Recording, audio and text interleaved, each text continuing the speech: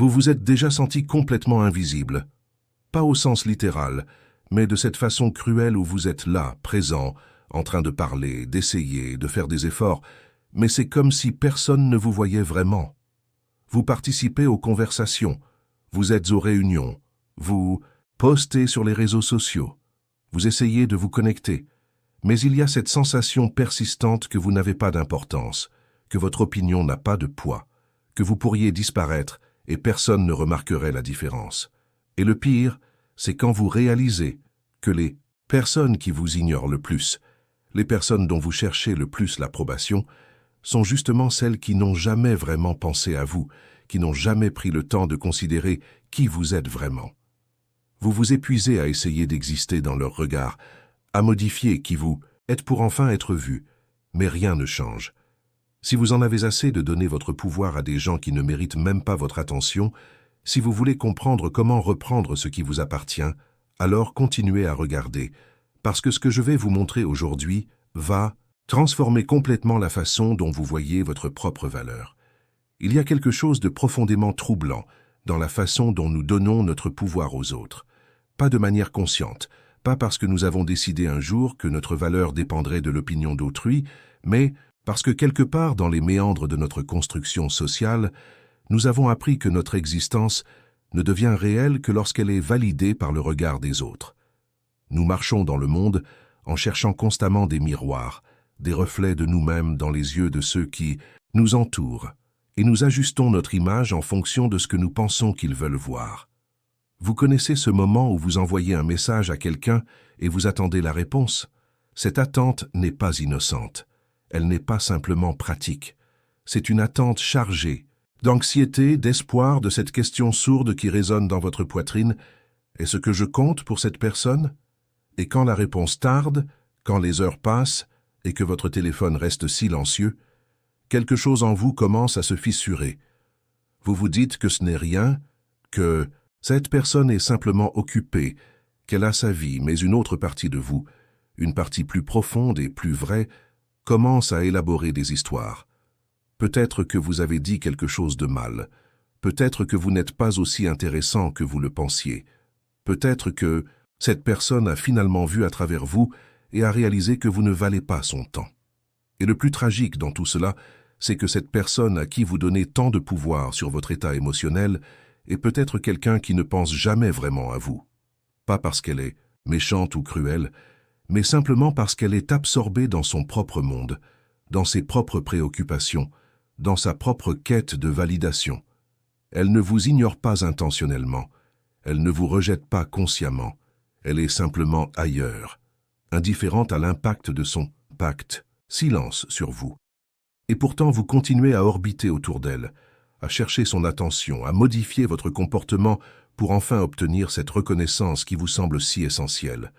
Ce que Foucault nous révèle, et c'est d'une puissance bouleversante, c'est que ce mécanisme n'est pas naturel.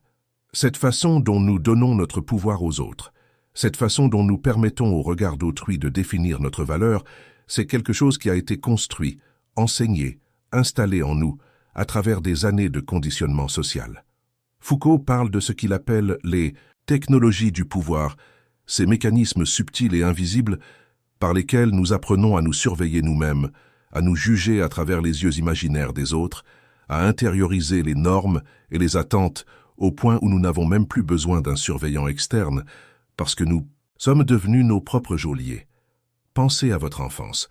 Pensez à toutes ces fois où on vous a dit « Qu'est-ce que les gens vont penser? Qu'est-ce que les voisins vont dire? Tu ne veux pas faire honte à ta famille ?» Ces phrases, apparemment innocentes, ont tissé en vous une cage invisible. Elles vous ont appris que votre valeur n'est pas intrinsèque, qu'elle ne vient pas de votre simple existence en tant qu'être humain, mais qu'elle doit être constamment prouvée, constamment négociée dans le théâtre social.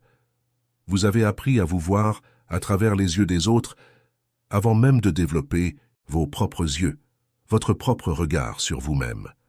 Et maintenant, des années plus tard, vous vous retrouvez prisonnier de ce système que vous avez intériorisé. Vous donnez votre pouvoir à des gens qui ne vous le demandent même pas, qui ne savent même pas qu'ils l'ont. Vous structurez votre vie autour de l'approbation d'individus qui vous ont peut-être oublié dès l'instant où vous avez quitté la pièce. Vous sacrifiez votre authenticité, vos désirs réels, vos besoins profonds, pour correspondre à une image que vous imaginez que ces personnes attendent de vous. Et le plus ironique, c'est que cette image est probablement fausse. Ces gens n'attendent rien de vous. Ils ne pensent pas à vous. Ils sont trop occupés à jouer le même jeu, à chercher la validation d'autres personnes qui ne pensent pas à eux non plus. Mais voici ce que Foucault nous montre, et c'est là que tout devient fascinant.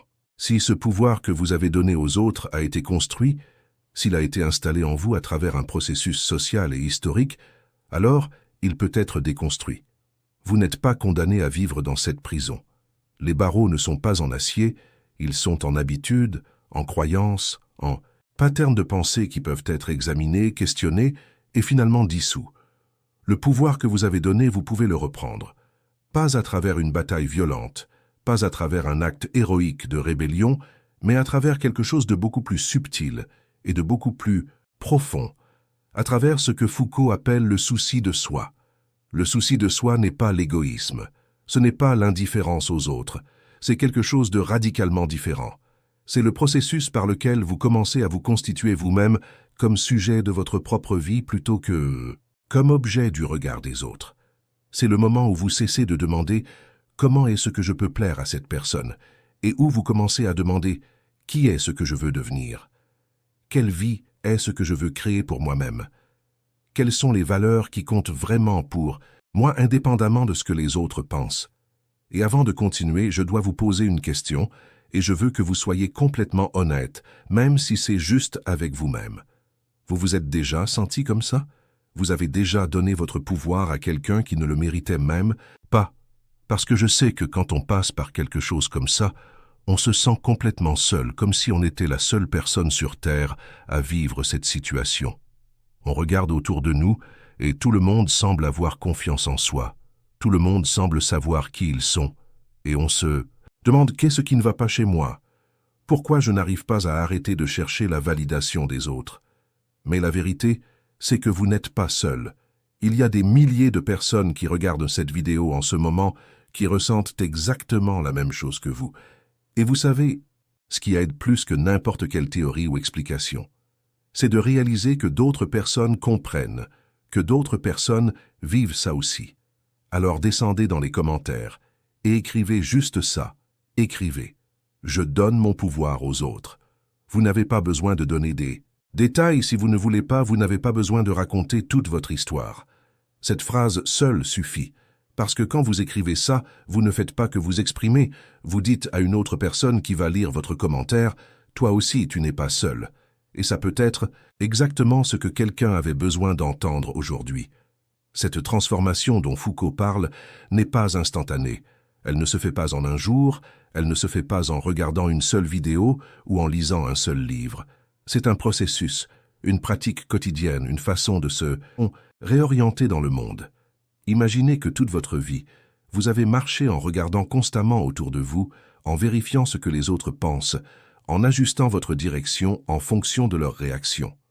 Le souci de soi, c'est commencer à marcher en regardant vers l'intérieur, en vous, demandant « Où est ce que je veux aller? Qu'est-ce qui est vrai pour moi? Qu'est-ce qui résonne avec la partie la plus profonde de qui je suis ?» Au début, c'est inconfortable, c'est même terrifiant, parce que pendant des années, vous avez utilisé le regard des autres comme boussole. Et maintenant, vous devez apprendre à naviguer sans cette référence externe. Vous vous sentez perdu, désorienté, comme si vous flottiez dans le vide. Et c'est là que beaucoup de gens abandonnent. Ils retournent vers l'ancien système parce qu'au moins, il était familier. Au moins, ils savaient comment jouer ce jeu-là, même s'il les rendait malheureux. Mais si vous restez avec cet inconfort, si vous acceptez de traverser cette période de désorientation, quelque chose de remarquable commence à se produire. Vous commencez à développer votre propre voix intérieure. Pas la voix de vos parents, pas la voix de la société, pas la voix de tous ces gens dont vous cherchiez l'approbation, mais votre voix à vous. Une voix qui sait ce dont vous avez besoin, qui connaît vos limites, qui reconnaît vos désirs authentiques. Et cette voix devient votre nouvelle boussole. Foucault parlait beaucoup de la parésia, ce concept grec ancien qui signifie le franc-parler, la capacité de dire la vérité, surtout quand cette vérité est dangereuse ou inconfortable, Mais la parésia ne commence pas par dire la vérité aux autres, elle commence par se dire la vérité à soi-même. Elle commence par avoir le courage de regarder votre vie et de reconnaître « J'ai donné mon pouvoir à des personnes qui ne le méritent pas.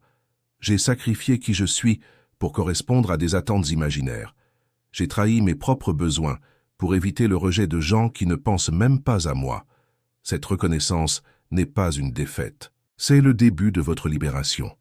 Parce qu'une fois que vous voyez le mécanisme, une fois que vous comprenez comment vous avez été construit pour fonctionner de cette manière, vous pouvez commencer à vous déconstruire et à vous reconstruire différemment. Vous n'êtes pas un produit fini. Vous n'êtes pas une essence fixe qui ne peut pas changer. Vous êtes un projet, un processus constant de devenir, et vous avez le pouvoir de diriger ce processus. Il y avait une femme, appelons-la Marie, qui est venue me parler après une conférence. Elle m'a raconté qu'elle avait passé 20 ans de sa vie à essayer de plaire à sa mère. Chaque décision importante, chaque choix de carrière, chaque relation était filtré à travers cette question « Est-ce que maman va approuver ?» Et sa mère, une femme brillante mais froide, ne semblait jamais satisfaite. Quelle que soit la réussite de Marie, quel que soit l'effort qu'elle faisait, il y avait toujours une critique, toujours quelque chose qui aurait pu être mieux. Marie s'épuisait dans cette quête impossible d'approbation. Un jour, sa mère est morte subitement, et Marie s'est retrouvée face à un vide terrifiant.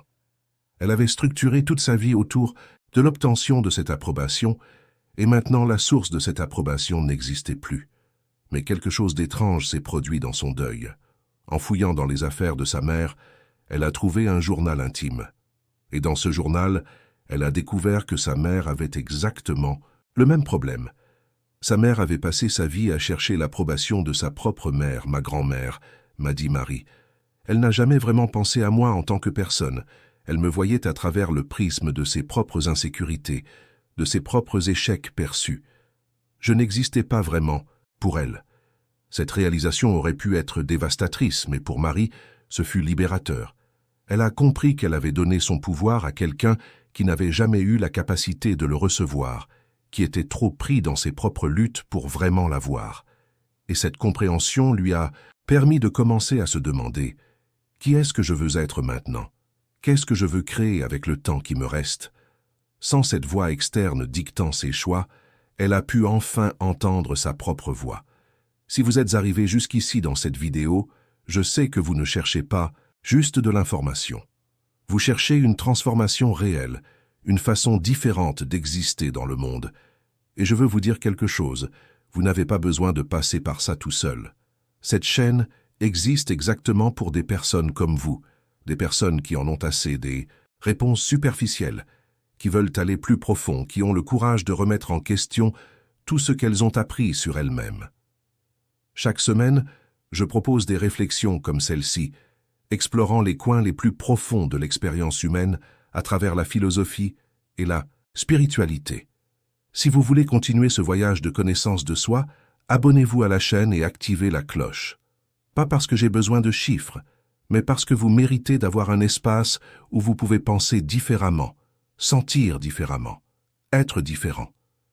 Et si cette vidéo a touché quelque chose de vrai en vous, laissez un like pour que plus de personnes qui ont besoin d'entendre ça puissent trouver ce contenu. Vous n'êtes pas seul dans cette quête. Alors, comment reprend-on son pouvoir concrètement? Ça commence par de petits actes de souveraineté personnelle. Ça commence par remarquer ces moments où vous êtes sur le point de modifier votre comportement pour plaire à quelqu'un et de faire une pause. Juste une pause. Vous n'avez pas besoin de faire quelque chose de dramatique. Vous n'avez pas besoin de couper tous vos liens sociaux ou de devenir un ermite. Vous devez simplement remarquer « Oh, je suis sur le point de dire oui alors que je veux dire non. Oh, je suis sur le point de minimiser mon accomplissement parce que quelqu'un pourrait se sentir menacé. Oh, je suis sur le point de m'excuser pour quelque chose qui n'est pas ma faute. » Cette conscience, ce simple acte de voir ce que vous faites pendant que vous le faites, c'est le début du changement. Parce qu'une fois que vous voyez le pattern, une fois que vous reconnaissez la mécanique de comment vous donnez votre pouvoir, vous créez un espace, un petit moment de liberté où vous pouvez choisir différemment. Et dans ce moment, vous pratiquez ce que Foucault appelle les pratiques de liberté, ces petits actes quotidiens par lesquels vous vous constituez comme quelqu'un de libre plutôt que comme quelqu'un de soumis. Au début, ça va sembler étrange, ça va même sembler égoïste, parce qu'on vous a appris que penser à vos propres besoins, honorer vos propres limites, c'est de l'égoïsme. Mais ce n'est pas de l'égoïsme. L'égoïsme, c'est prendre aux dépens des autres. Le souci de soi, c'est simplement reconnaître que vous êtes aussi digne de considération que toutes les autres. Personne à qui vous donnez votre attention et votre énergie. C'est reconnaître que vous ne pouvez pas donner ce que vous n'avez pas, que vous ne pouvez pas aimer les autres de façon authentique si vous vous abandonnez constamment vous-même. Et voici ce qui est fascinant. Quand vous commencez à reprendre votre pouvoir, quand vous cessez de le donner à des gens qui ne pensent même pas à vous, quelque chose de magique se produit dans vos relations. Les personnes qui vous ignoraient ou qui vous tenaient pour acquis commencent soit à vous voir différemment, soit à disparaître de votre vie. Et les deux options sont bonnes.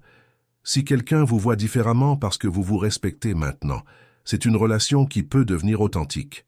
Si quelqu'un disparaît parce qu'il ne peut plus utiliser votre besoin de validation pour vous contrôler, alors cette personne n'était jamais vraiment dans votre vie pour les bonnes raisons.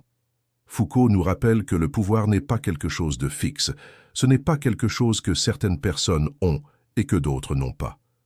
Le pouvoir est relationnel, il circule, il se négocie constamment dans chaque interaction.